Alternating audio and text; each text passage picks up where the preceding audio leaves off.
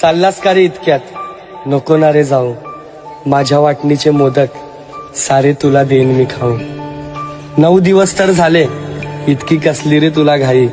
थोडे दिवस थांब ना, नंतर हट्ट करणार नाही.